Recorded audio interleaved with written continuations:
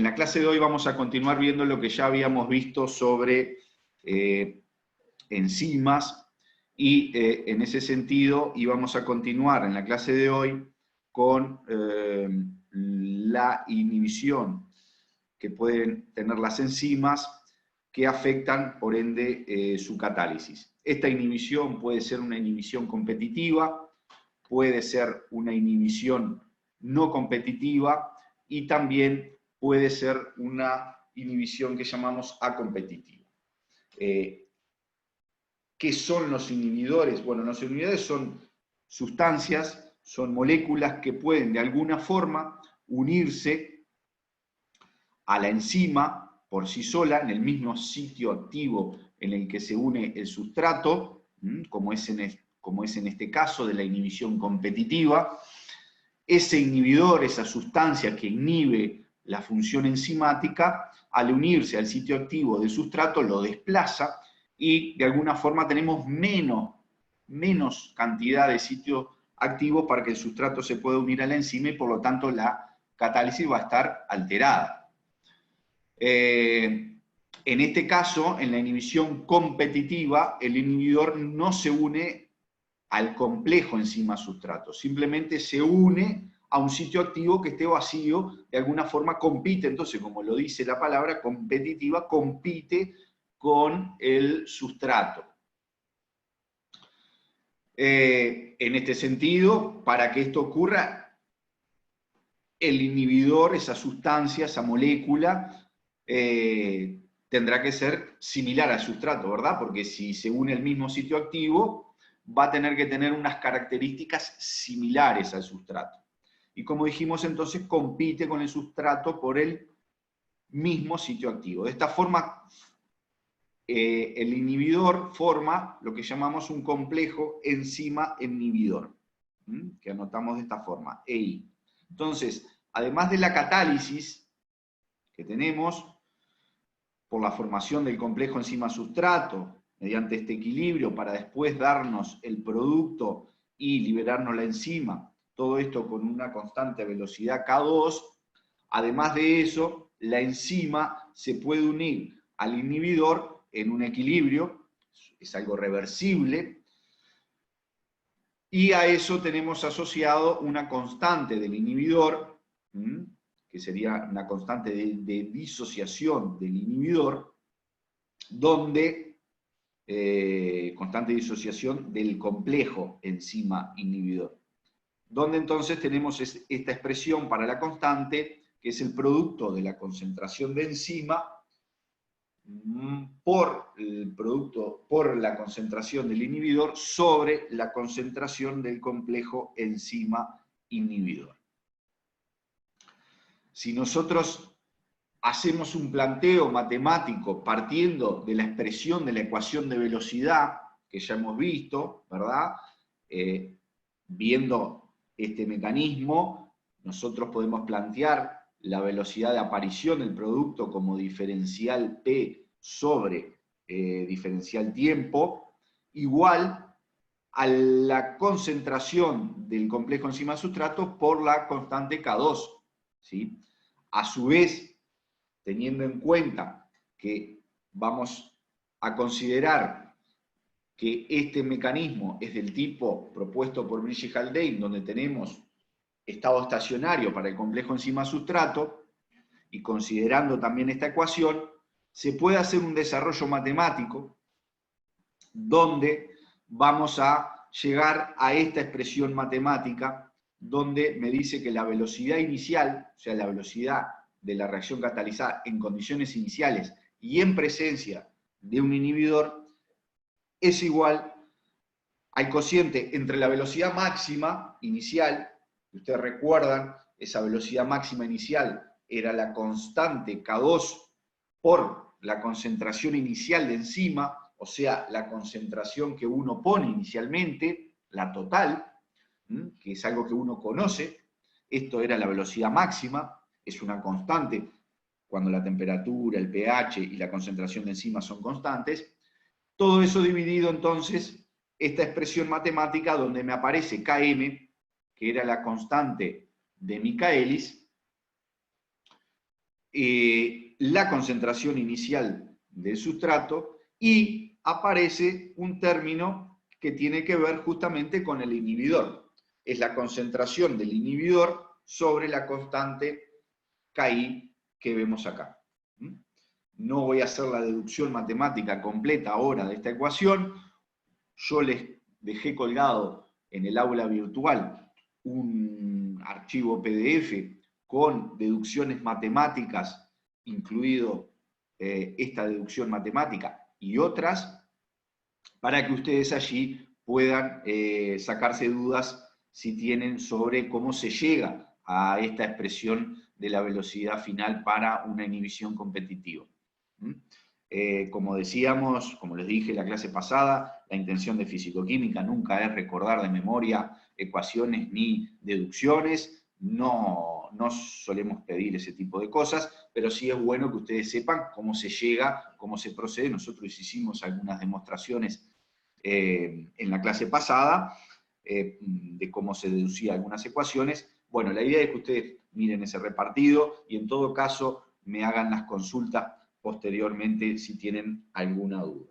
¿Está bien? Entonces, fíjense, con esta ecuación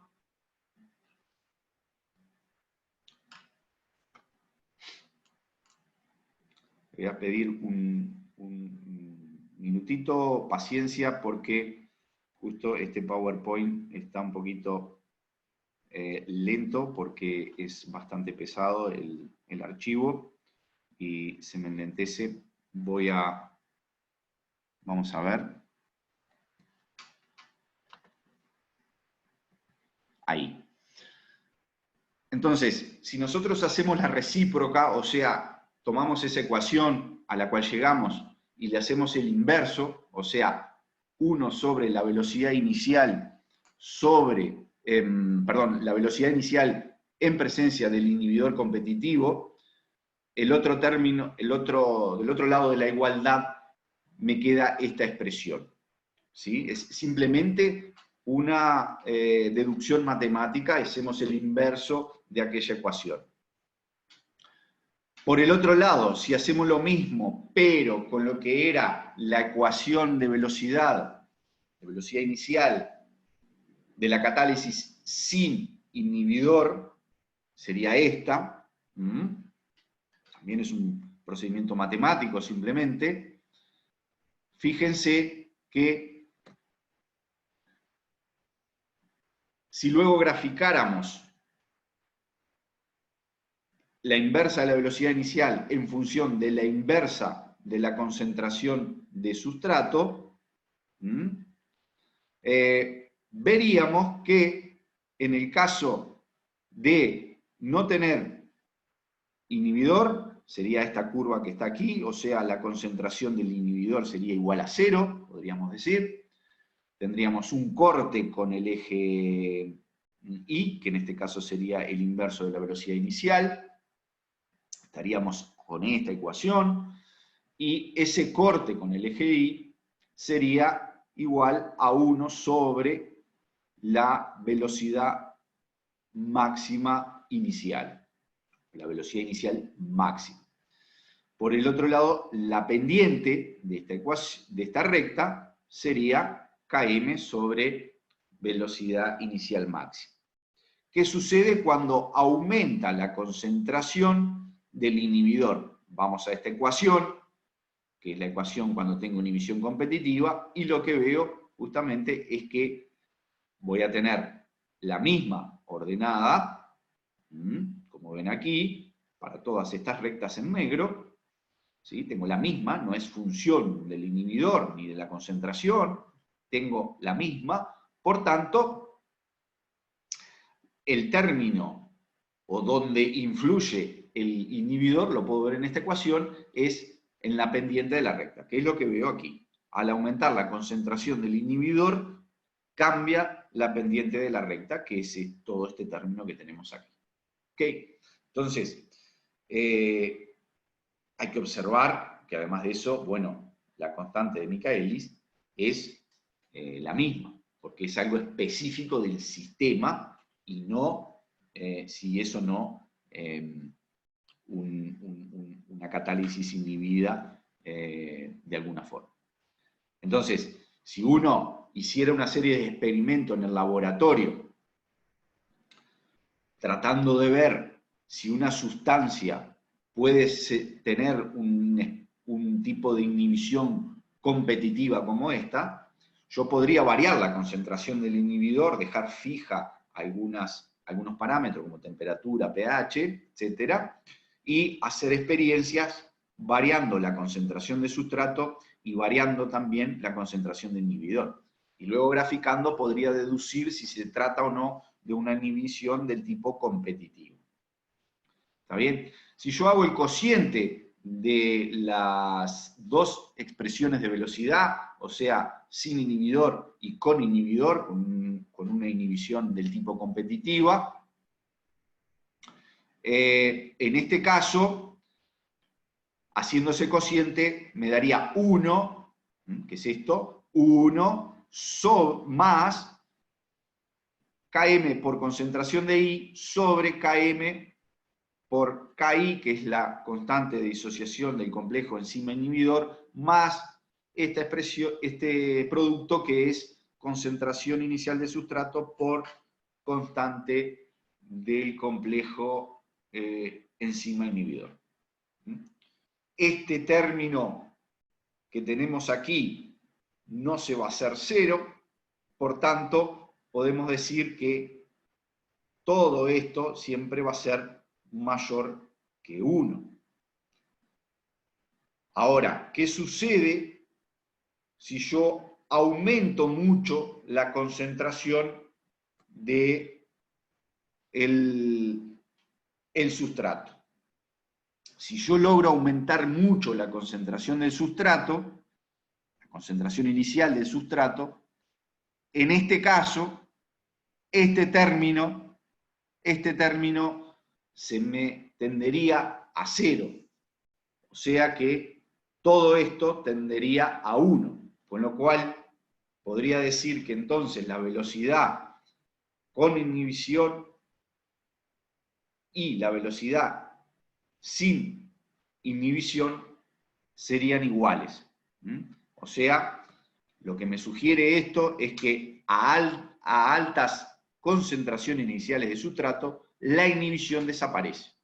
Como es una inhibición competitiva, están el inhibidor y el sustrato compitiendo por el mismo sitio activo. Si yo agrego muchísimo sustrato, estoy dejando pocas posibilidades para que el inhibidor se una a ese sitio activo. ¿Okay? Entonces, otra cosa que yo podría observar en el laboratorio es si para ese inhibidor, que quizás no sé qué tipo de inhibición tiene, si yo aumento muchísimo la concentración de sustrato y la velocidad sin inhibidor y con el inhibidor es la misma, entonces estaría llegando a la conclusión de que se trata de una inhibición competitiva. Un ejemplo de esto es el ácido malónico, que es el inhibidor de la deshidrogenación del ácido succínico. El ácido succínico, por presencia de esta enzima, la succino deshidrogenasa, forma el ácido fumárico. Bueno, el ácido malónico tiene una inhibición del tipo competitiva con el ácido succínico. ¿Okay? Ese es un ejemplo entonces de inhibición competitiva.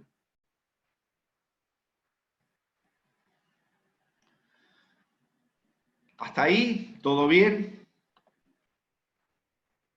No tengo nada en el chat.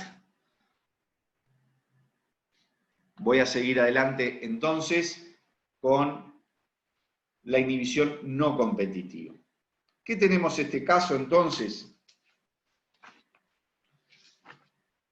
En el caso de la inhibición no competitiva,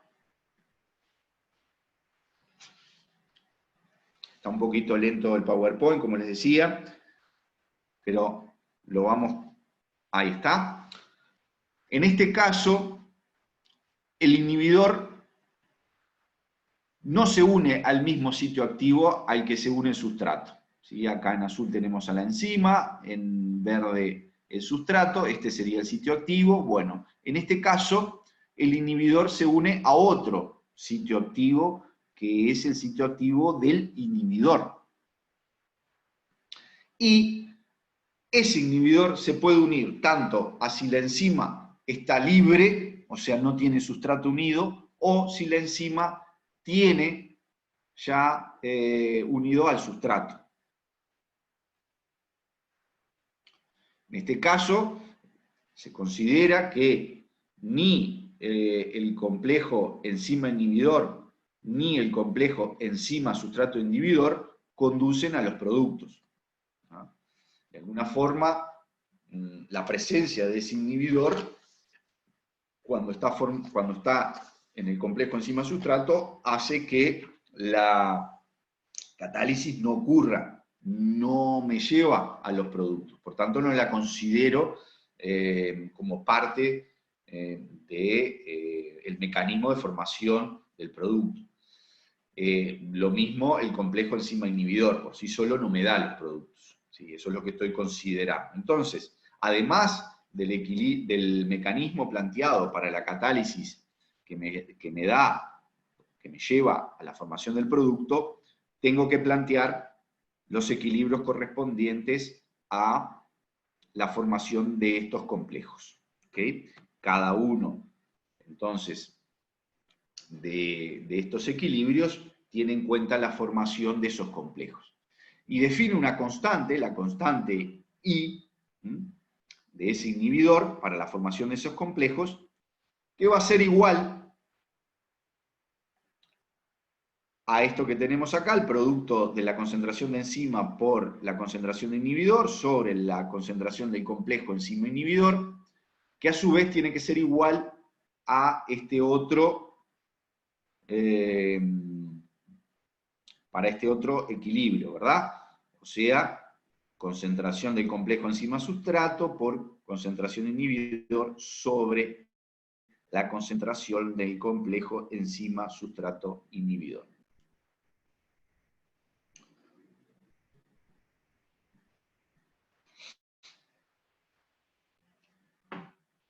Bien, bueno, y a su vez también vamos a plantear que este complejo enzima-inhibidor se puede unir luego al sustrato y formar el mismo complejo que tenemos acá. ¿Ah? Estamos en el mismo complejo, lo que está representando esto es que tanto el complejo enzima-sustrato se puede unir al inhibidor, como el complejo enzima-inhibidor se puede unir luego al sustrato.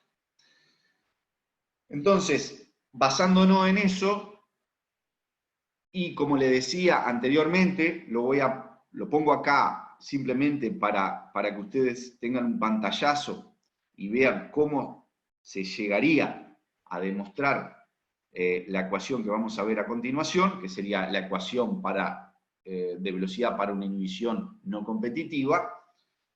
Bueno, lo que le decía, planteamos balances de masa, por un lado, esto corresponde a la enzima, que tiene en cuenta las cantidades de la enzima libre, la que está formando el complejo enzima-sustrato, el complejo enzima-inhibidor, el complejo enzima-sustrato-inhibidor, esto es un balance de masa, ¿sí? Y luego vamos poco a poco incluyendo una ecuación en otra, ¿sí? Acá hay que considerar la ecuación que vimos para la constante I y esta, ¿sí? Y entonces vamos sustituyendo, vamos recordando lo que es la constante Km, todo esto ya lo hemos visto, y ahí vamos despejando poco a poco hasta sustituir en lo que es la definición de velocidad, como les había dicho, diferencial concentración de presión con respecto al tiempo, por la constante K2,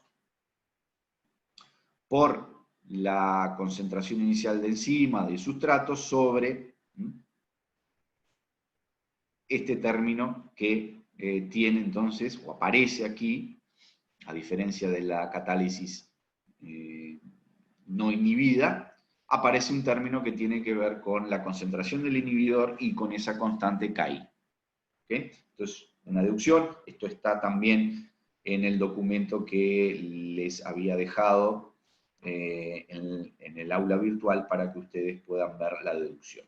Entonces, de esa manera llegamos a esta ecuación que me indica cómo varía la velocidad inicial para una inhibición no competitiva, donde tenemos una expresión parecida a la que obtuvimos para la inhibición competitiva, pero bueno, cambia levemente este término aquí, donde aparece Km, y la concentración inicial de sustrato.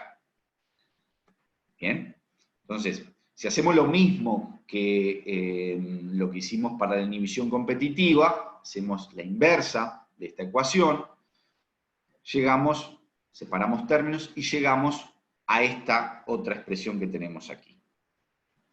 Entonces, fíjense que ahora, en la ordenada, sí que me aparece un término que tiene que ver con la concentración del inhibidor. ¿Sí? Aparece algo relacionado al inhibidor, al igual que me aparece en la pendiente. Entonces, en este caso, para este tipo de inhibición, si yo hiciera este gráfico, el inverso de la velocidad con respecto al inverso de la concentración del sustrato, esta línea en rojo sería la recta correspondiente a la velocidad inicial sin inhibidor, o sea, concentración de inhibidor igual a 0, y estas otras rectas serían con concentración variable del inhibidor. Lo que estamos viendo aquí, a diferencia de la inhibición competitiva, es que la ordenada está cambiando. Cambia desde no inhibida, pasando a diferentes concentraciones de inhibidor. Al aumentar, va aumentando esta ordenada. También va variando la pendiente. Entonces, esto es una característica de la inhibición no competitiva.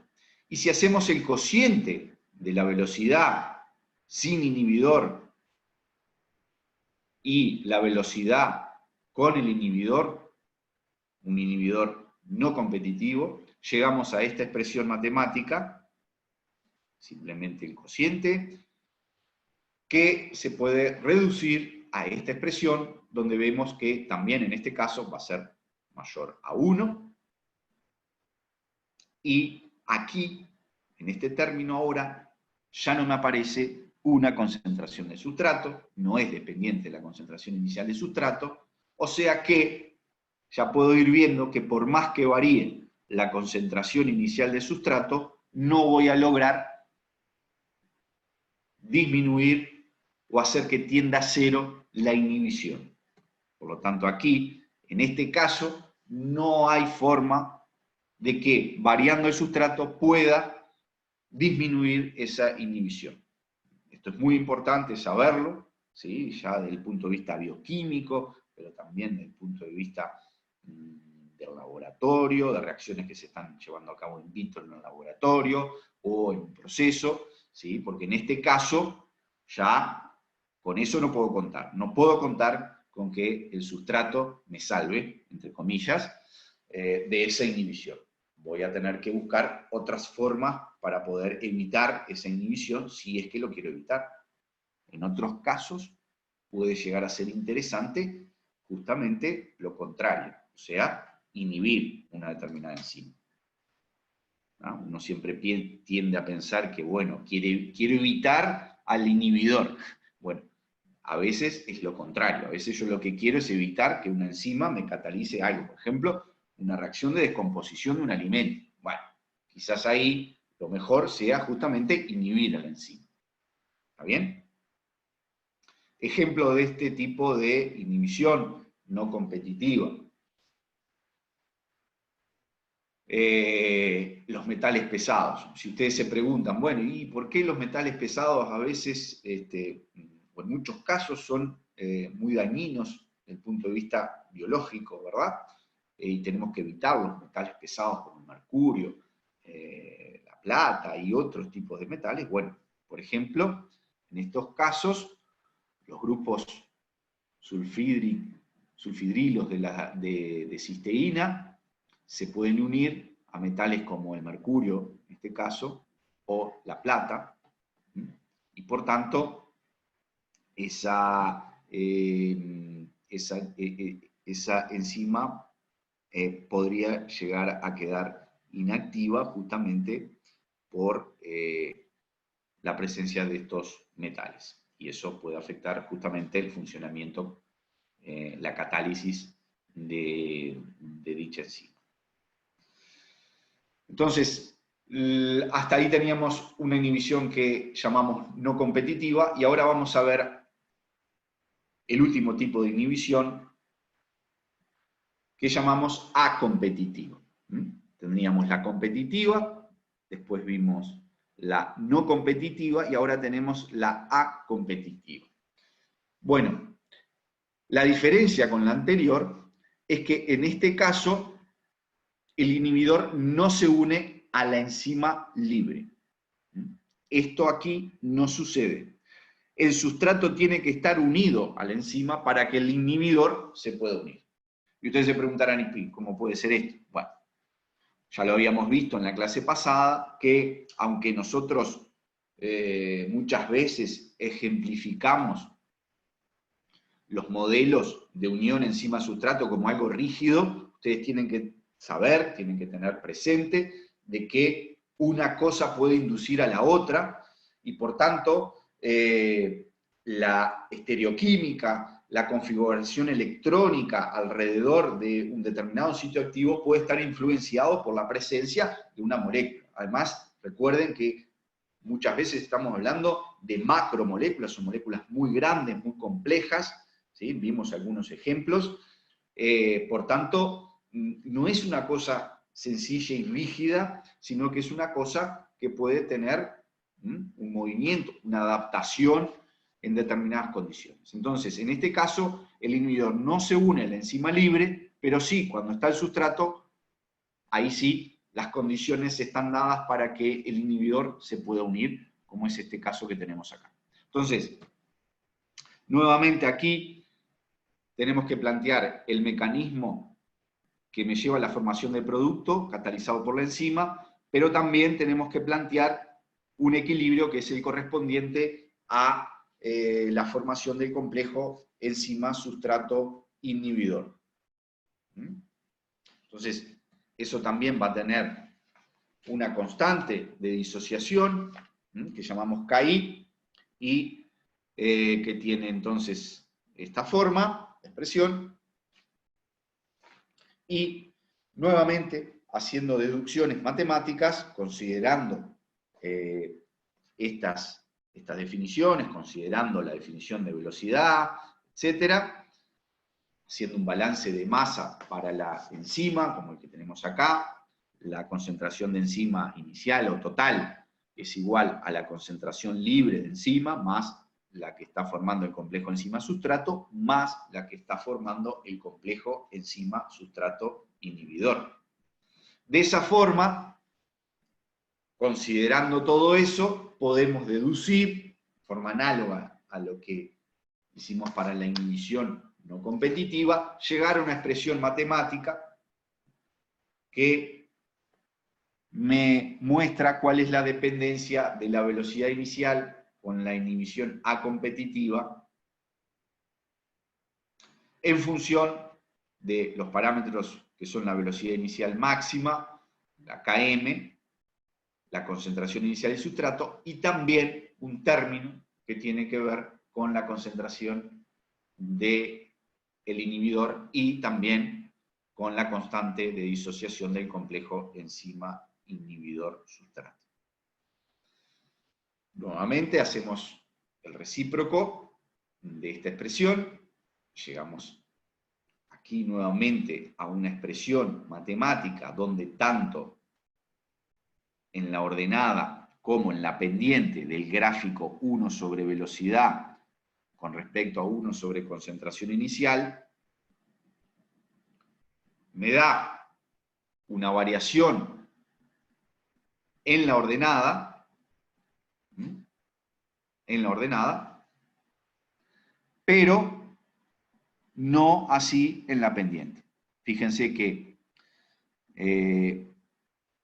acá sí tengo el término del inhibidor, el término este que tiene en cuenta la concentración y la constante, pero acá no. No sé si al principio, cuando estaba describiendo esta ecuación, no dije algo erróneo. Pero subrayo, en la pendiente, en este caso, para este tipo de inhibición, si ustedes se fijan aquí, no tenemos en la pendiente, no tenemos en la pendiente un efecto de la concentración del inhibidor. No aparece ningún término asociado con la concentración del inhibidor. Sin embargo, aquí en la ordenada, sí. Por tanto, al variar la concentración del inhibidor, esta sería nuevamente la recta correspondiente a la velocidad inicial sin inhibidor, o sea, concentración inicial de inhibidor, concentración de inhibidor igual a 0. Cuando yo aumento la concentración del inhibidor, sí se me ve afectada la ordenada, pero no la pendiente. Entonces, fíjense cómo haciendo estos gráficos a partir de resultados experimentales que pueda obtener, yo podría llegar, en principio, a ver si se trata de un inhibidor que tiene una inhibición del tipo competitiva, no competitiva o acompetitiva. Claro que a veces en la práctica estas cosas se pueden complejizar y pueden haber otras cosas en el medio que no me permitan ver con tanta claridad, etc. Pero bueno, en principio es un buen método para poder comenzar un estudio de evaluación de qué tipo de inhibición puede tener una determinada sustancia en una reacción catalizada por enzima. ¿Bien? Entonces aquí nuevamente, si hacemos el cociente que veníamos haciendo de la velocidad sin inhibición y con inhibición, llegamos a esta expresión matemática, y en el caso que la concentración inicial de sustrato sea mucho mayor que la Km, recuerden ustedes, lo vimos en la clase pasada, que Km, tanto Km como Ks, tenían unidades de concentración, ¿recuerdan? ¿Sí? Estaba en un término que era sumado a una concentración, y habíamos visto que las unidades, incluso vimos un rango de valor más o menos, se pueden encontrar en general para estas constantes, tienen un valor tienen unidades de concentración. Y entonces, en el caso que la concentración inicial de sustrato sea mucho mayor a Km, que va a depender, lógicamente, del tipo de reacción catalizada que estemos estudiando, esto se puede reducir a esta expresión matemática. Nuevamente aquí, lo que me sugiere la ecuación es que yo no voy a poder, variando la concentración inicial de sustrato, compensar el efecto inhibidor de ese inhibidor I. ¿Está bien?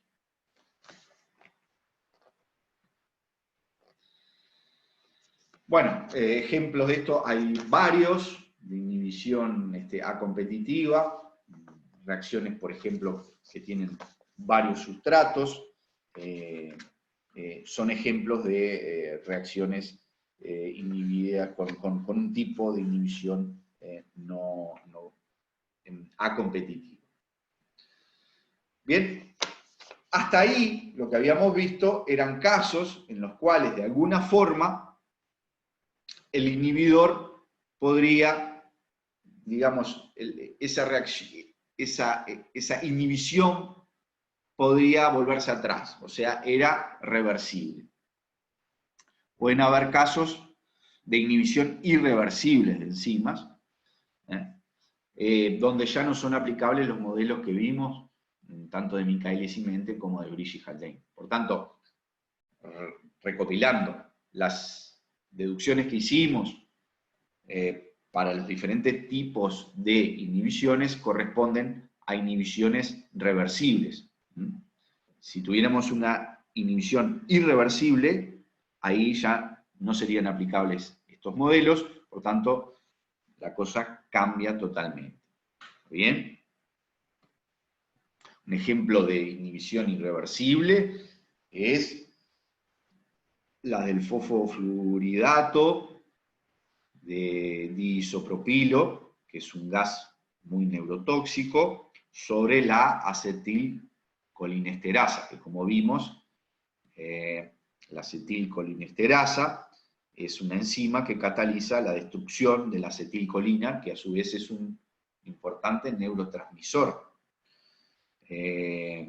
Por tanto, si la acetilcolinesterasa es inhibida irreversiblemente por esta sustancia, por este gas neurotóxico, ahí ya no puedo tener la adecuada destrucción de la acetilcolina, conversión de la acetilcolina, y por tanto puedo llegar a situaciones que me provoquen la muerte, desde el punto de vista bioquímico y desde el punto de vista biológico, fisiológico, se producen convulsiones, ahogamiento, etc., ¿no? Y esto, bueno, esto es este tipo de gases neurotóxicos, han sido muchos de ellos desarrollados justamente a partir de la Primera Guerra Mundial, cuando se desarrollaron gases justamente con aplicaciones bélicas, donde la idea era justamente esa,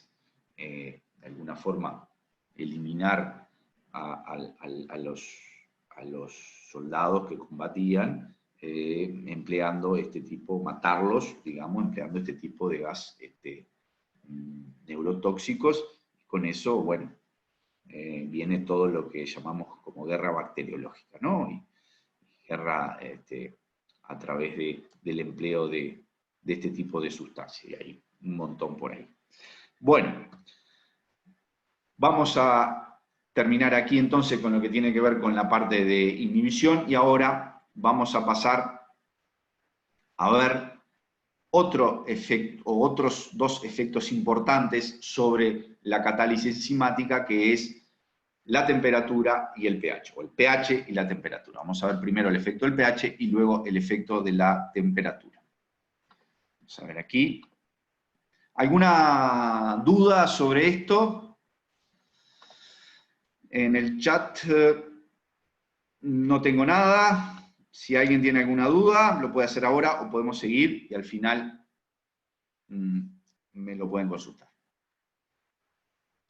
Bien, vamos a seguir entonces ahora con efecto del pH en la catálisis enzimática. Vamos a cerrar acá y vamos a comenzar a ver entonces la influencia del pH. Bien, entonces, las enzimas tienen un marcado efecto con el pH, que es lo que vamos a tratar de ir demostrando, de ir viendo y ver incluso matemáticamente eso a qué nos lleva. Bueno, como ejemplo, tenemos dos tipos de enzimas, la pepsina y la tripsina.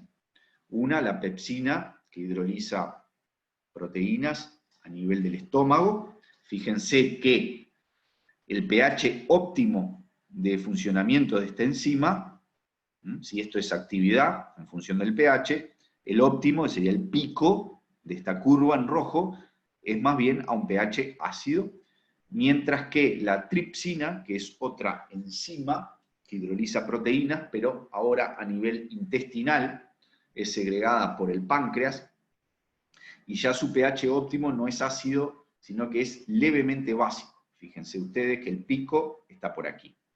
Entonces, parece lógico, ¿no? Y incluso uno puede, sabiendo dónde actúa, en qué parte, en qué entorno bioquímico actúa esa enzima, podemos deducir cuál es su pH óptimo.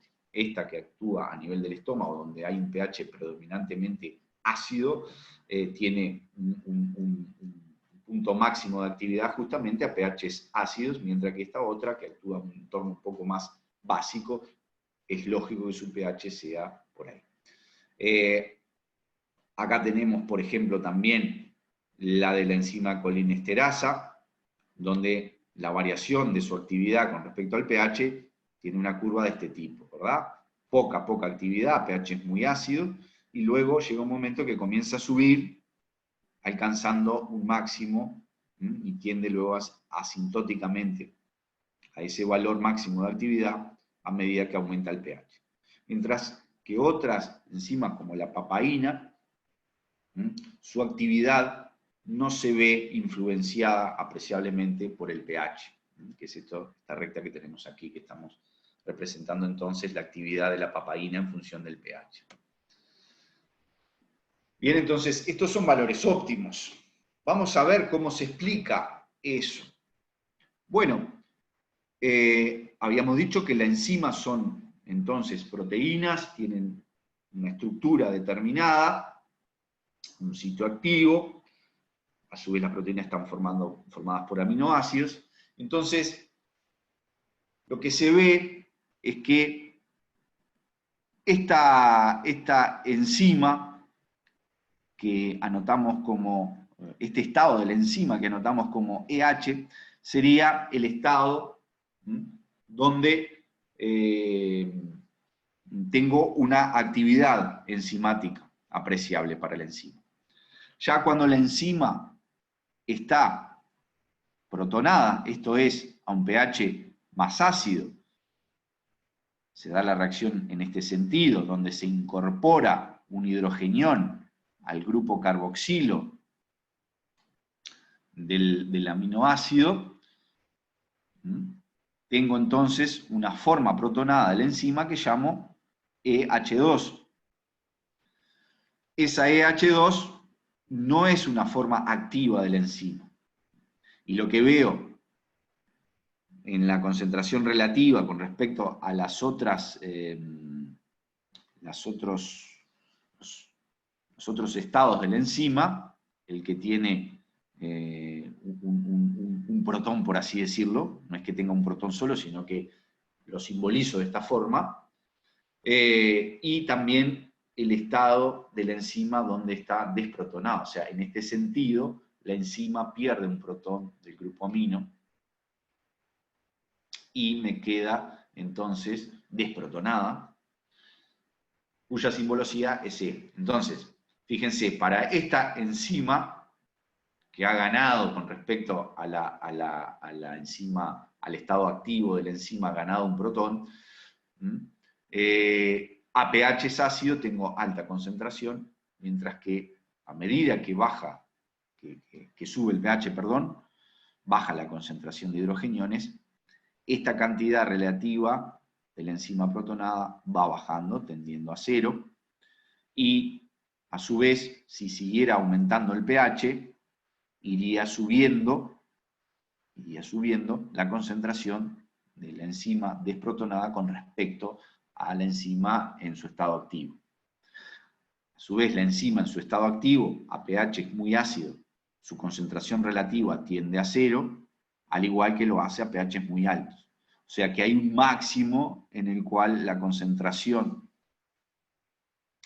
de la enzima activa es el más alto posible. ¿Sí? Hay un pico, y a su vez podemos decir de que hay un rango, podríamos decirle, donde su concentración no baja demasiado. Este pH, donde se da el máximo de la concentración de la enzima activa, le llamo como pH óptimo.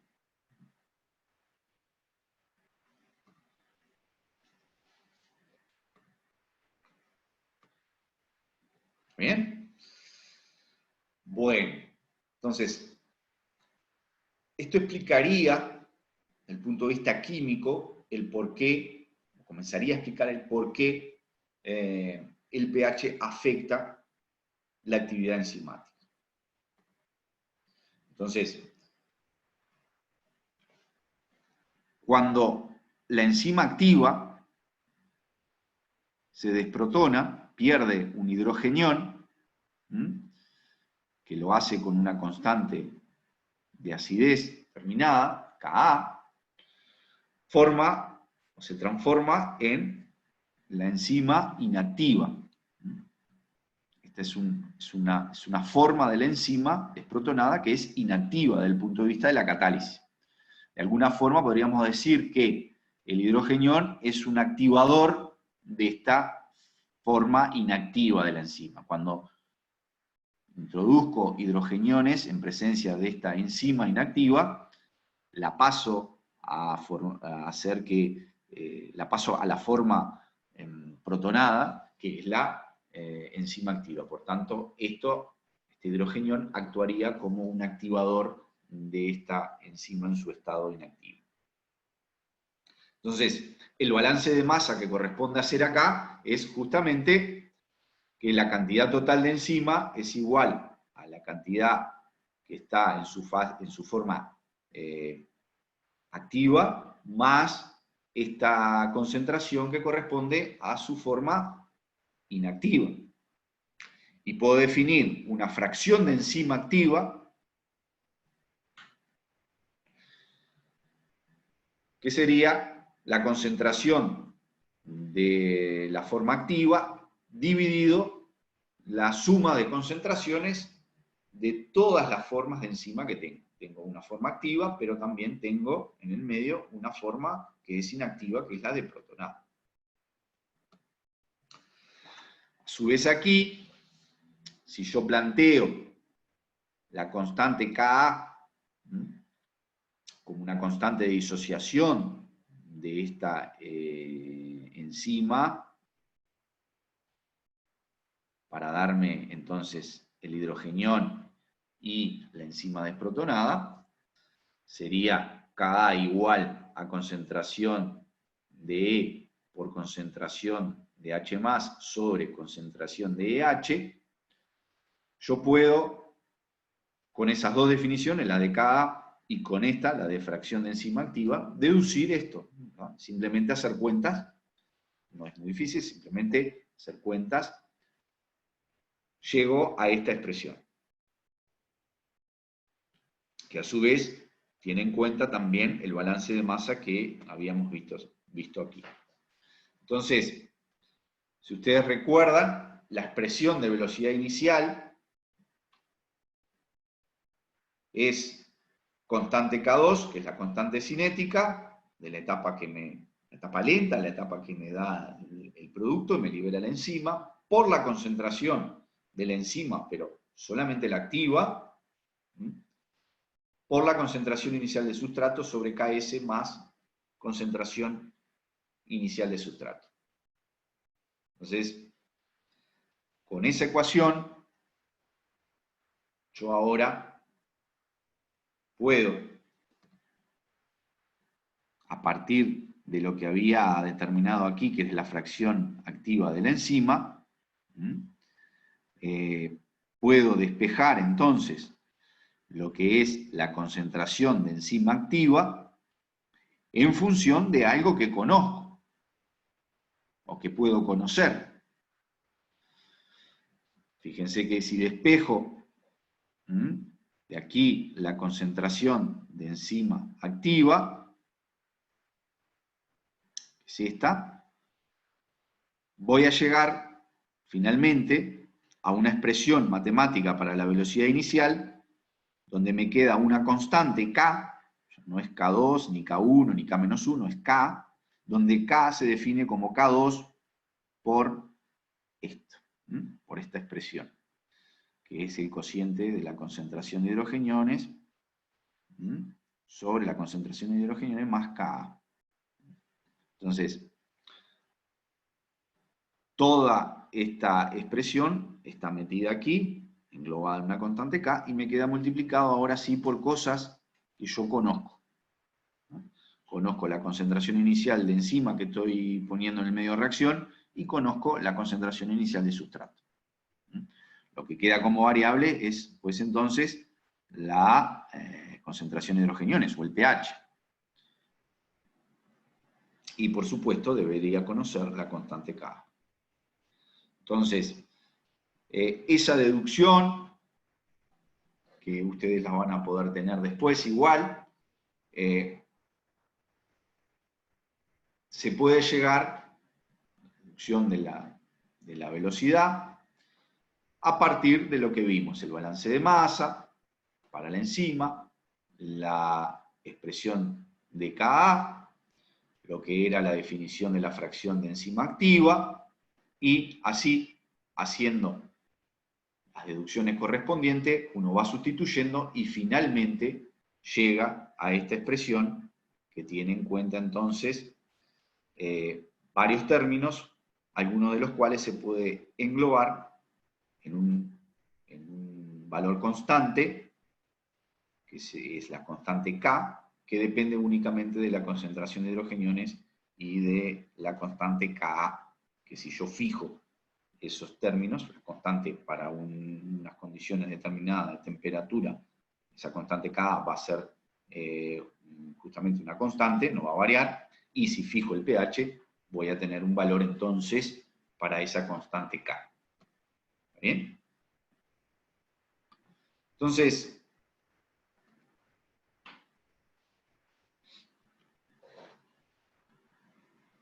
si sigo viendo la influencia entonces del pH, teniendo en cuenta esta expresión que vimos anteriormente, cuando tengo exceso de sustrato, llego a esta expresión de la velocidad inicial y tengo que ir, para ver eso tengo que seguir acá, tengo exceso del sustrato, este término, se hace despreciable con respecto a este, me queda entonces dividido solamente la concentración inicial de sustrato, que a su vez cancela el término concentración de sustrato que tengo, se cancela mutuamente, quiero decir, con el término concentración de sustrato inicial que tengo en el numerador.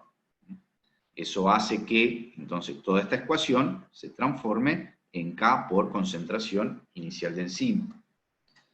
Entonces, cuando tengo exceso de sustrato, me queda esta expresión para la velocidad inicial, que depende, lógicamente, de la concentración de hidrogeniones.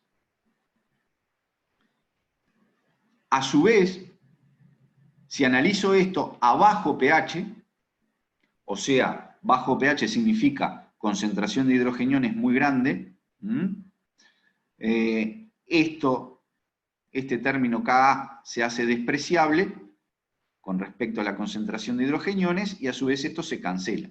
Por tanto, a bajo pH y aplicando logaritmos, la expresión velocidad inicial me queda logaritmo de velocidad inicial igual a logaritmo de K2 más logaritmo de la concentración inicial de enzima.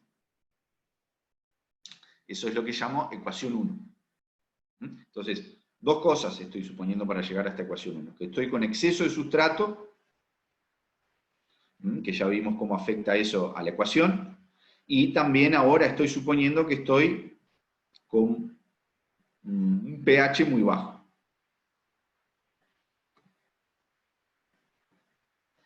A alto pH sigo manteniendo un exceso de concentración de sustrato, pero ahora en vez de estar a bajo pH, a alto pH. A alto pH, esta concentración de hidrogeniones es baja, ¿verdad? Estoy a pHs altos. Si esto es bajo, puede ser despreciable con respecto a K, y por ende entonces la ecuación de velocidad, aplicando logaritmos, me queda de esta forma. Logaritmo K2 menos logaritmo Ka, el Ka está acá dividiendo, por lo tanto queda menos logaritmo K, más logaritmo de concentración inicial de enzima, menos pH. ¿Por qué menos pH? Bueno, porque si aplico logaritmo de este lado de la igualdad y de aquí, cuando tengo aquí concentración de hidrogeniones, le hago logaritmo, me queda logaritmo de concentración de hidrogeniones. Sería más logaritmo de concentración de hidrogeniones. Pero como ustedes saben, por definición de pH, pH es menos logaritmo. Entonces, si tengo logaritmo de concentración de hidrogeniones, es lo mismo que decir menos pH. ¿Bien? Entonces tengo dos ecuaciones dependiendo si el pH es alto o bajo. Entonces para este caso, fíjense, a pHs bajos, tengo la ecuación de una recta que es prácticamente, esto es constante, no depende del pH. Lo vemos acá, no hay dependencia del pH. Si grafico el logaritmo de velocidad inicial con respecto a pH, no hay, es esta recta aquí punteada. ¿Bien? Y a pHs altos sí que hay una dependencia con el pH, que es de esta forma. Al bajar el pH, porque acá tengo el signo de menos, al bajar el pH, aumenta el logaritmo de la velocidad inicial. O sea, es esta recta punteada que tenemos aquí. De alguna forma, la composición de estas dos se pueden describir con esta curva que tenemos aquí, donde la intersección de estas dos rectas la puedo hallar igualando esta expresión matemática para pH bajo con esta expresión matemática para pH alto. Y eso me da, esa intersección me da pK sub A. Simplemente ustedes hacen esa igualdad y van a ver que les va a dar entonces la intersección pK sub A. ¿Bien? O sea que para este caso tenemos entonces ahí un valor a partir del cual, el pK sub A, a partir del cual un pH mayor me va a provocar una caída muy grande, muy rápida, digamos, de la velocidad inicial de reacción.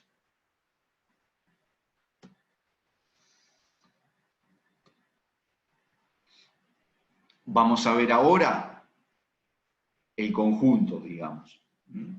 La enzima activa, que es esta, tanto puede inactivarse porque gana un hidrogenión o puede inactivarse porque pierde ese hidrogenión, que está simbolizado aquí y aquí. Gana un hidrogenión, pierde un hidrogenión, ambos hacia una forma inactiva de la enzima. Ahora, el balance de masa es un poquito más grande, tiene otro término, y hay que tener en cuenta que la concentración inicial de enzima va a ser igual a la concentración en todas sus formas de la enzima, tanto la activa como las inactivas. Y la fracción de enzima activa va a ser el cociente entre esta concentración, que es la activa, sobre la suma de todas las concentraciones de la enzima en el medio. Entonces, si tomo la expresión de velocidad nuevamente, velocidad inicial igual K2 por la concentración de enzima activa, por la concentración inicial de sustrato sobre la suma de la KS más concentración inicial de sustrato, y hago toda la deducción y sustituciones correspondientes, voy a llegar a una expresión matemática donde nuevamente voy a tener una constante K, voy a tener la concentración inicial de enzima, que es conocida, la concentración inicial de sustrato, que también es conocida, y la KS. A su vez aquí puedo, considerando la constante K1 y la constante K2, llegar a una expresión para la fracción de enzima activa que tiene en cuenta esas dos constantes y la concentración de hidrogenio.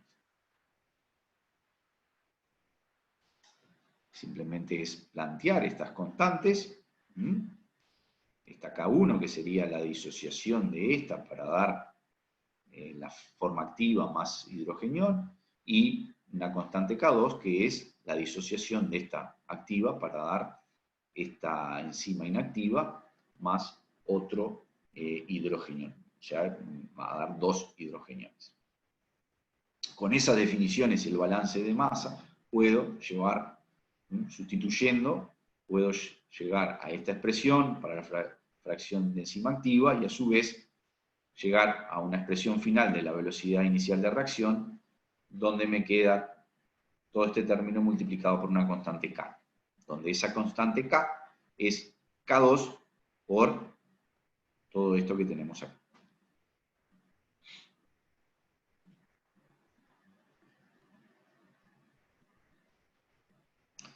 Muy bien.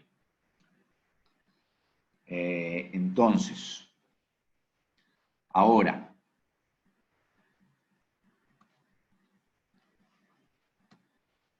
si vemos esto en el gráfico del logaritmo de velocidad inicial en función del pH, vamos a tener ahora un rango de pH donde la velocidad inicial va a ser mayor. Ese rango de pH se puede demostrar que va a estar comprendido entre esos dos valores de pK, pK1 y pK2, donde hay un pH óptimo que llamamos, que sería el pH medio entre pK1 y pK2. pK1 más pK2 sobre 2.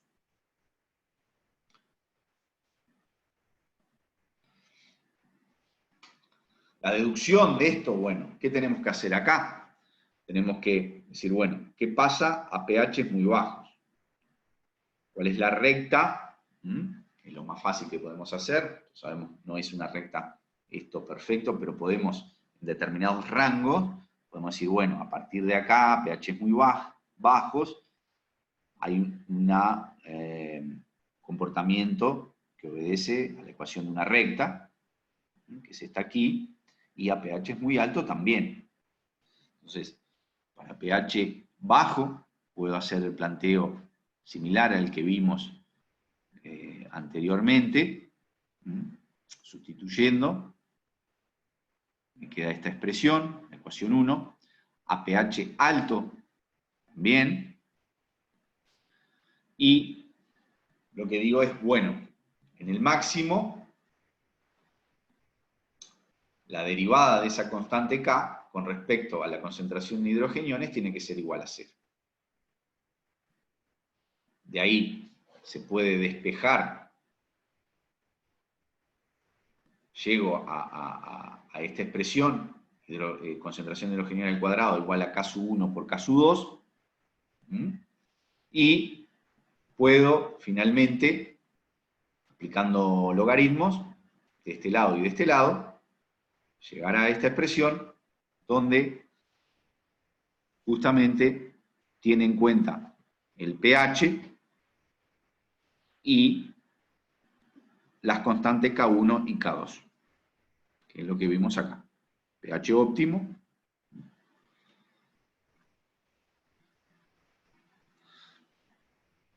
y a su vez se puede despejar cuál sería el valor, o cuál sería, digamos, la expresión matemática para esta constante K, que se puede demostrar que sería esto que tenemos aquí. Esto es una demostración, después podemos en otro momento verla más detenidamente, ahora no vale la pena, simplemente esto es para que vean que no sale de la manga esto, tiene una deducción, en particular la deducción de lo que es este rango de pH en el cual podemos decir que es el pH óptimo para la velocidad de reacción catalizada por la enzima. Una enzima que, como dijimos, por un lado se puede, a bajos pH se puede protonar y a bajos pH y a altos pH desprotonar, ambos hacia una forma inactiva. Entonces, ¿qué se puede decir en términos generales de esto? Lo que se puede decir es que si los pK sub A y pK sub B, constante de acidez, constante de basicidad de la enzima es muy, muy amplio, voy a tener un rango de pH óptimo alto. ¿Tá? O sea, un rango grande de pH donde la actividad enzimática va a ser alta. Sin embargo, si los pK sub A y pK sub B son muy próximos, si el pK sub A y pK sub B son próximos, ese rango de pH de actividad enzimática va a ser más acotado. Entonces, fíjense, acá tenemos para diferentes enzimas el rango de pH óptimo. Tenemos enzimas donde el pH óptimo, por ejemplo, para esta lipasa, el páncreas, tiene un valor muy puntual, mientras que para la fosfatasa, en el plasma, hay un rango de 8,2 a 9,2. Fíjense, este es un rango muy acotado, el de la pepsina, es entre 1,5 y 1,6. Estamos hablando de un rango muy acotado, diferente a la tripsina, por ejemplo, donde el rango es de 7,8 a 8,7. Entonces, es importante tener esos valores de las constantes Ka y Kb para poder saber si el rango de pH va a ser un rango amplio o es un rango muy pequeño. Entonces, otra forma de ver esto del efecto del pH es decir, bueno, lo que veníamos diciendo, hay una forma que es activa y las otras formas son formas inactivas. Podemos decir que pHs que se apartan de ese rango ideal provocan lo que llamamos desnaturalización de la enzima. O sea, la enzima pierde químicamente su posibilidad de unirse adecuadamente al sustrato y poder dar la catálisis que da cuando está en su rango de pH óptimo. Eso es una desnaturalización, que también vamos a ver más adelante, desnaturalización provocada no por el pH, sino por la temperatura, que también sería otra forma de desnaturalizar la enzima, o sea, llevarla a un estado en el cual pierde su actividad enzimática. Ahí pueden ver entonces el efecto, es un ejemplo, esto está sacado de un artículo científico, es el efecto del pH en la inhibición de una enzima, la colinesterasa, de humanos, es una enzima purificada, donde se hacen ensayos y se ven qué pasa a diferentes pHs. Estos puntitos corresponden a datos experimentales que alguien ha obtenido, y esto está expresado aquí como porcentaje del valor óptimo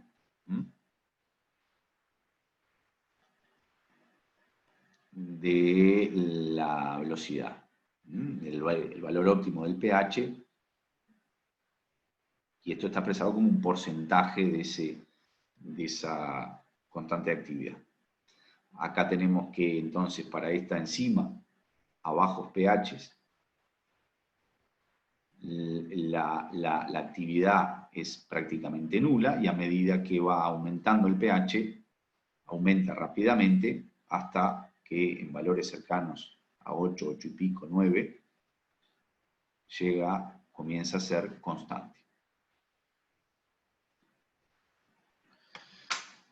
Bien, vamos a ver ahora la influencia de la temperatura, que es otro factor muy importante, que lo veníamos diciendo desde el comienzo de este teórico. Siempre que hablamos de catálisis enzimática, en realidad para cualquier reacción, pero bueno, en algunas especialmente, como en la catálisis, tenemos que especificar exactamente el pH y la temperatura. ¿Qué pasa con la temperatura? Bueno, el problema de la temperatura es que juega en muchos lugares. Por un lado,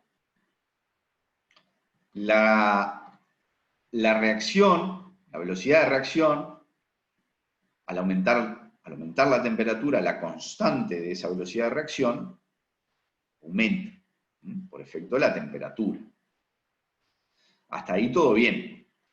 Entonces, por ejemplo, 40 grados, el sustrato convertido va a ir aumentando con respecto al tiempo, ¿verdad? Esto sucedería a 40 grados. A medida que pasa el tiempo, se va dando la reacción, la cantidad de sustrato que se convierte aumenta linealmente.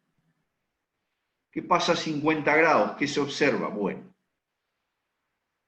a un tiempo suficientemente grande, ya la velocidad de reacción, la cantidad de sustrato convertido, comienza como que a caer, ¿no? Despacito, pero comienza a caer. Aumenta más rápidamente a tiempos bajos, más rápidamente que la velocidad a 40 grados Celsius, pero a tiempos muy grandes ya comienza como que a caer. A 60 grados, ¿qué pasa? A bajos tiempos, aumenta rápidamente, mucho más rápido que lo que aumenta para 50 y para 40, pero su decaimiento es más grande cuando avanza el tiempo. ¿Qué pasa a 80 grados? Un extremo. En alta temperatura, a bajos tiempos, aumenta rápidamente la velocidad, la cantidad de sustrato convertido, pero a un tiempo relativamente corto, la cantidad de sustrato convertido se hace constante. ¿Qué sucede después de cierto tiempo y a temperaturas muy altas? Se desnaturaliza la enzima, o sea, la enzima pierde sus propiedades. Entonces, por un lado tenemos que aumento la temperatura, tiene buen efecto porque me influye positivamente en la constante cinética, simplemente por efecto de la temperatura, pero cuidado, llega un momento que para temperaturas suficientemente altas y a tiempos suficientemente altos se va a desnaturalizar la enzima y voy a perder justamente la actividad enzimática en esa reacción. Entonces, fíjense, esto traducido a lo que sería un gráfico de sustrato convertido con respecto al tiempo, a la temperatura, perdón, si yo lo traduzco eso, veo que a temperaturas muy altas y a tiempos posteriores a un tiempo que llamo T2 arbitrariamente, un tiempo suficientemente alto, digamos, a temperaturas muy altas, la cantidad de sustrato convertido tiene este valor. Si yo bajo la temperatura, me voy a 70 grados, a ese tiempo T2, la cantidad de sustrato convertido es mayor. Si sigo bajando la temperatura, llega un momento que a 60 grados, la cantidad de sustrato convertido a ese tiempo 2 toma el valor máximo en esta curva. Porque ya, si disminuyera la temperatura a 50 grados, como veo a partir de este gráfico, sustrato convertido con respecto al tiempo, a T2 la cantidad de sustrato convertido es menor a 50 que a 60 grados. ¿Está bien? Entonces, si a su vez bajo aún más la temperatura a 40 grados, la cantidad de sustrato convertido es menor aún. Está casi igual a lo que sería la cantidad de sustrato convertido a 80 grados. Más o menos están a la misma altura, digamos. ¿Sí? Por un lado esta, porque un exceso de temperatura me provoca la desnaturalización de la enzima, y por el otro lado esta, una temperatura demasiado baja, me juega en contra del punto de vista del aumento de la velocidad por temperatura. Entonces hay un óptimo. Aquí también hay una temperatura óptima. Y para cada enzima podrá ser diferente, ¿verdad? Entonces, ese aumento de temperatura provoca un aumento de la actividad enzimática y una disminución de la concentración de la enzima activa, o sea, lo que habíamos hablado, la desnaturalización. ¿Cómo ocurre la desnaturalización en este caso? Bueno, en este caso, lo que ocurre es que esa temperatura, ese estado térmico puede hacer que la conformación estructural de la proteína y química se pierda, de alguna forma, la conformación original que da lugar a que se forme el complejo enzima-sustrato, etcétera, que se dé la reacción, se puede romper, se puede entonces, puede cambiar hacia una conformación estereoquímica que no permita justamente la actividad enzimática adecuadamente. Entonces, en términos generales, estas cosas no es bueno nunca asegurar lo que siempre es así, pero en términos generales hay una actividad máxima entre 30 y 40 grados para muchas de las enzimas que se conocen. Pero también hay que tener cuidado que a temperaturas incluso muy bajas, como menos 18 grados Celsius, algunas reacciones enzimáticas no es que se paralicen completamente, sino que pueden llegar a seguir teniendo lugar. Por eso, bueno, aunque conservamos alimentos en el freezer y esa temperatura ronda más o menos los menos 18, menos 20 grados, lo podemos tener una determinada cantidad de tiempo. Bueno, ese tiempo no es ilimitado, porque por más baja que sea la temperatura, y por más baja que sea la actividad enzimática, en algunos tipos de enzima sigue habiendo una actividad que puede llevar, por ejemplo, a la descomposición de los alimentos. Entonces, las enzimas son maravillosas, pero son muy sensibles y pueden inactivarse por varios motivos. Por el pH, lo vimos, hay una forma activa ideal para la enzima. Por temperatura, lo vimos. Por inhibidores, por otros protectores, barreras protectoras contra la acción de la propia enzima, concentración de agua, fuerza iónica, etc. Son factores que pueden ayudar a la inactivación de una determinada enzima. Y a su vez, esa inactivación puede ser irreversible, o sea, una vez que se produce la inactivación ya no hay marcha atrás, o puede ser reversible. Y ahí también entonces entra en juego la temperatura.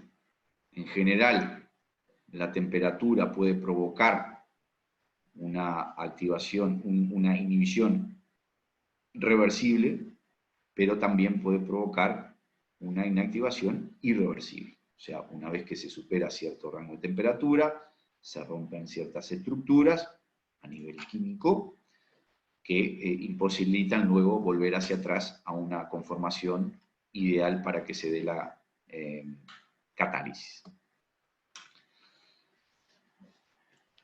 Ahí pueden ver ustedes datos reales de efecto de la temperatura sobre la alfa-amilasa, donde se expresan velocidades relativas de la hidrólisis y de la inactivación. Fíjense, a 0 grados tengo una velocidad relativa con respecto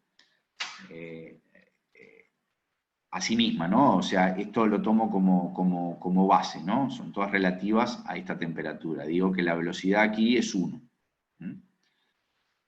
No sé cuál será el valor, pero digo, bueno, acá tomo como base de comparación esta velocidad que se da a 0 grados y esta inactivación.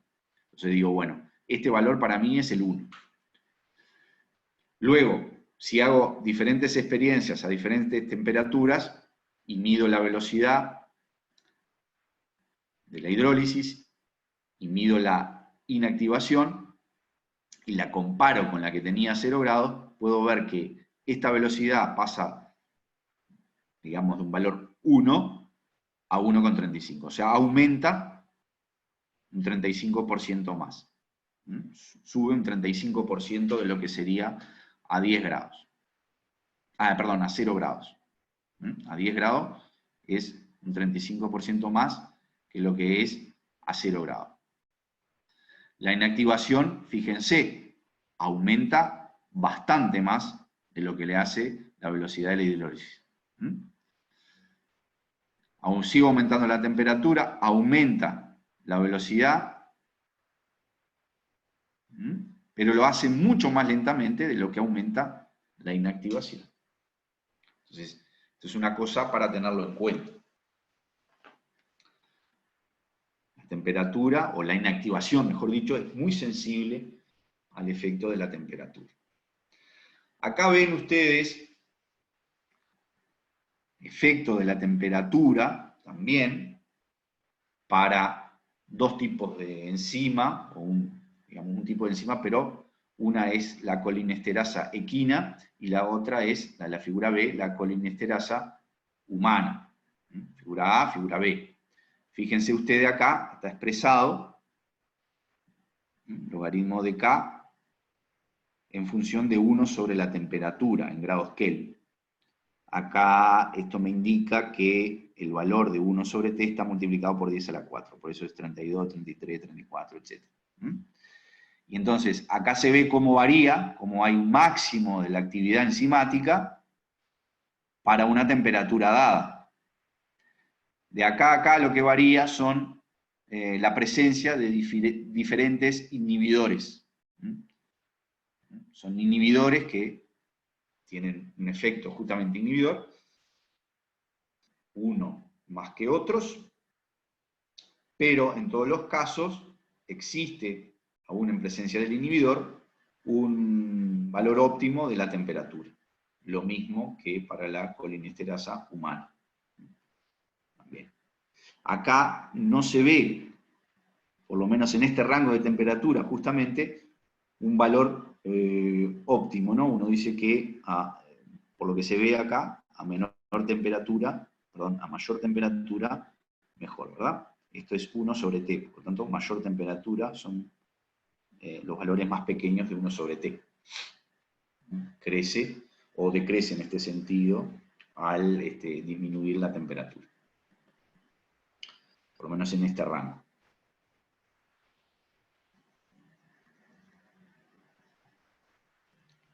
Si quisiéramos ver esto desde el punto de vista matemático, cómo se da esa influencia de la temperatura en la velocidad inicial de reacción, una reacción catalizada, si tomamos como ejemplo el modelo de Michaelis y Menten, donde teníamos, ¿se acuerdan?, el equilibrio rápido y luego el complejo enzima-sustrato para dar el producto y la enzima, y sustituimos en cada una de esas constantes que aparecen. Se recuerdan que en este caso todo esto era Ks, aquí tenemos K2. Si sustituimos las expresiones matemáticas correspondientes para el efecto de la temperatura en esas constantes, nos quedarían términos que por acá tengo temperatura, por acá también tengo temperatura, tengo las energías de activación correspondientes. Ahí veo que la dependencia de la ecuación de velocidad con la temperatura, desde el punto de vista matemático, es muy compleja, ¿sí? Muy complejo y es difícil ver realmente para qué lado va a ir todo eso. A priori, hacer un análisis matemático no sería sencillo, ¿sí? Muy bien. Bueno, adicionalmente hay que decir que la influencia de la temperatura también depende de la concentración, ¿no? La concentración de sustrato. El efecto de la temperatura, adicionalmente, también puede estar marcado por la concentración de sustrato.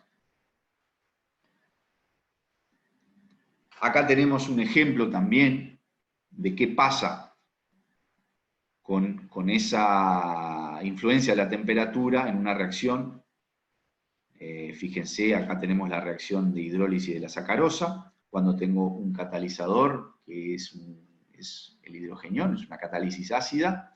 Fíjense que la energía de activación en calorías por mol es 26.000, mientras que la hidrólisis de la sacarosa con esta enzima, la glicosidasa de Malta, tiene una energía de activación de 13.000, y la misma hidrólisis con otro tipo de enzima tiene una energía de activación menor. Si cambio ahora la reacción, en vez de ser hidrólisis de sacarosa, es hidrólisis de rafinosa, pero mantengo la enzima, lo que veo es que los valores de energía de activación son iguales. O sea, cambió la reacción, pero se mantuvo la enzima, se mantuvo igual la energía de activación. Aquí se mantuvo la reacción, pero cambió la enzima y efectivamente cambió también la energía de activación. Eso nos lleva a decir que la energía de activación de la catálisis enzimáticas son más dependientes o más características de la enzima que del sustrato. Esa es una característica importante, además de que la energía de activación de la catálisis enzimáticas son menores, pueden ser bastante menores que la energía de activación de otro tipo de catálisis como la catálisis ácida. Estamos un poquito pasado de la hora, pero ya vamos a ir terminando. Entonces, haciendo como un balance, la influencia de la temperatura tiene influencia sobre ionización de la enzima, afinidad por activadores, afinidad por inhibidores. Entonces, tiene una influencia sobre la estabilidad de la enzima, sobre la afinidad con el sustrato, sobre la velocidad de descomposición del complejo enzima-sustrato, o sea, sobre la propia velocidad de reacción de esa de descomposición del complejo enzima-sustrato. Tiene influencia sobre las constantes de disociación de la enzima. Tiene influencia sobre la afinidad de la enzima por activadores o inhibidores. Tiene influencia sobre la velocidad de transferencia de intermediarios dentro de un complejo enzimático. Y también puede tener efectos sobre otras cosas que son ajenas a la propia catálisis enzimática, como por ejemplo la solubilidad de los gases, pH del buffer, etc. O sea, fíjense que cambios en la temperatura me produce cambios en un montón de cosas que influyen directa o indirectamente sobre esa reacción catalizada por la enzima. Entonces, la temperatura es un factor muy, muy importante en este tipo de catálisis. Bueno, ya estamos un poquito pasado de la hora, estamos 5 minutitos pasados de la hora. Por acá está terminando el teórico de catálisis enzimática. Mañana vamos a hacer la clase de ejercicios correspondientes y el jueves vamos a arrancar ya con otro tema que es soluciones reales. Yo quedo a disposición de consultas que ustedes tengan. Esto aquí, esta última diapositiva, era un poco como a modo de resumen casi de un montón de cosas que ustedes vieron en cinética, química a lo largo de este curso. Este es, digamos, el último tema que van a ver ustedes de cinética química en Físico-Química 103. Esto es una diapositiva que les dejo como ejercicios, a ver, para ustedes ir razonando luego en sus casas, para este tipo de mecanismo, donde tengo una enzima y un sustrato, con varias etapas, con varias constantes asociadas, hasta darme el producto y liberarme la enzima, ver cómo ustedes pueden reconocer intermediarios, complejos activados, etapas del mecanismo, etapas determinantes, existencia de equilibrios rápidos, reacciones unidireccionales, etcétera, en lo que sería el gráfico de energía y coordenada de la reacción, ¿verdad? Que ustedes ya han visto a lo largo del curso y que estudiaron específicamente en la parte de mecanismos.